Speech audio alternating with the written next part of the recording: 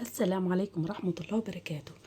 معانا النهاردة حبايبي ماسك جميل جدا من أفضل وأقوى وأرخص وصفات تفتيح البشرة وشد الوجه في العالم.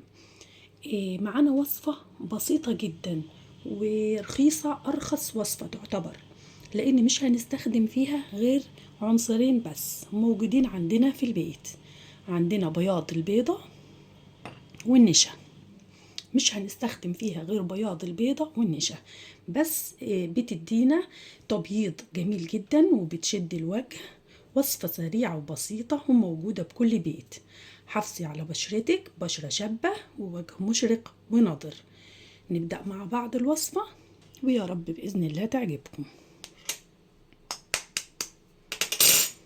هناخد بس بياض البيضة،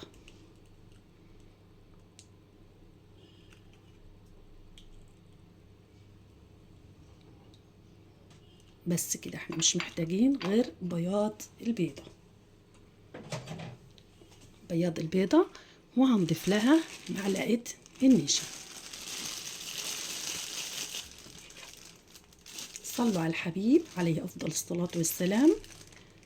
يا رب الوصفة تعجبكم. هناخد معلقتين صغيرين نشا أو معلقة كبيرة أو حسب القوام اللي احنا محتاجينه في الماسك.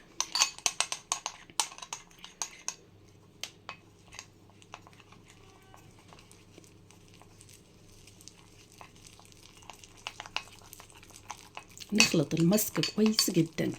أهم حاجة يا حبايبي في الخلطات الطبيعية أو الوصفات الطبيعية خلط أو مزج المكونات. هنخلط الماسك كويس جدا بالشكل ده كده. المقادير مظبوطة، القوام اهو جميل جدا، مش عايزين اكتر من كده.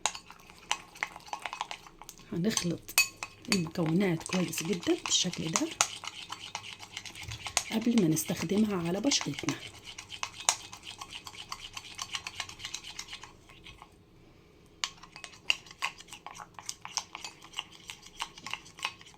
شايفين القوام هو كده.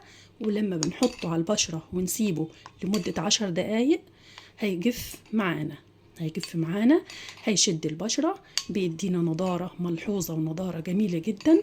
كلنا عارفين فوائد بياض البيض، فوائد جميلة جدا، بتشد البشرة وبتخفي الخطوط الرفيعة الموجودة في الجلد. بترجعنا شباب تاني مع الاستمرارية في استخدام الماسكات. المواد الطبيعية دي بتقضي نهائيا على الخطوط الرفيعة الموجودة عندنا في البشرة، وطبعا بتبعدنا تماما عن التجاعيد. ده قوام الماسك معانا حبايبي بعد ما ضربناه كويس جدا اهو. هستخدمه معاكم.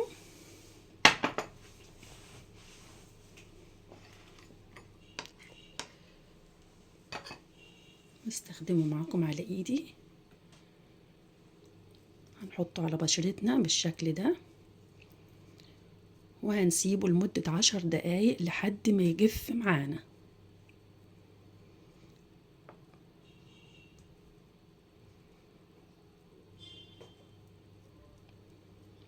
هنسيبه 10 دقايق على البشرة وبعد كده هنشطف بشرتنا بمية فترة.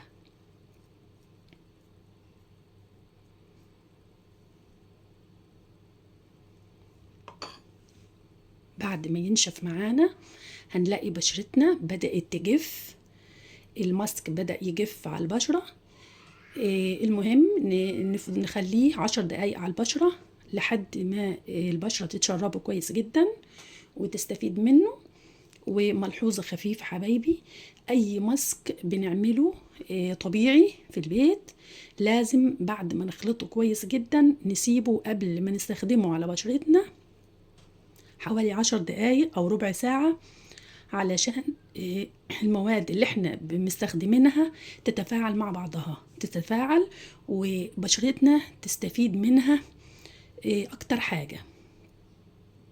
تمام. هنسيب الماسك لمدة 10 دقايق ينشف وارجع لكم تاني. شايفين حبايبي بعد ما شطفته بمية فترة، شايفين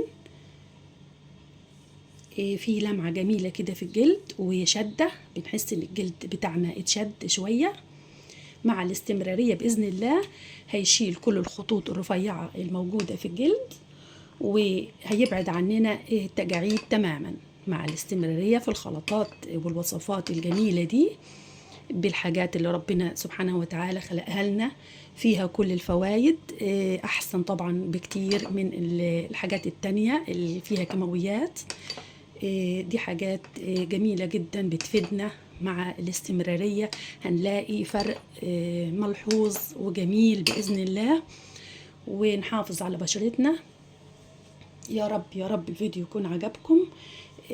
ما تنسوش لو عجبكم الفيديو لايك واشتراك للقناة فضلا منكم وليس أمرا، وما تنسوش تصلوا على الحبيب عليه أفضل الصلاة والسلام. بنستخدمه للترطيب ولشد التجاعيد والبياض، ما شاء الله بيفتح جامد، بياض البيض جميل جدا. والنشا طبعا كلنا عارفين النشا مفعوله جميل جدا في تبييض البشرة. يا رب يا رب الفيديو يعجبكم. ما تنسوش حبايبي لو عجبكم الفيديو لايك وشير واشتراك للقناة تشجيعا منكم فضلا وليس أمرا.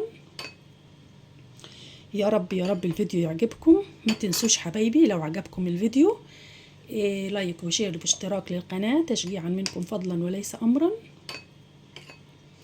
وإلى اللقاء حبايبي، رب يفيدكم ويا رب أكون قدرت أفيدكم. شكرا حبايبي، والسلام عليكم ورحمة الله وبركاته.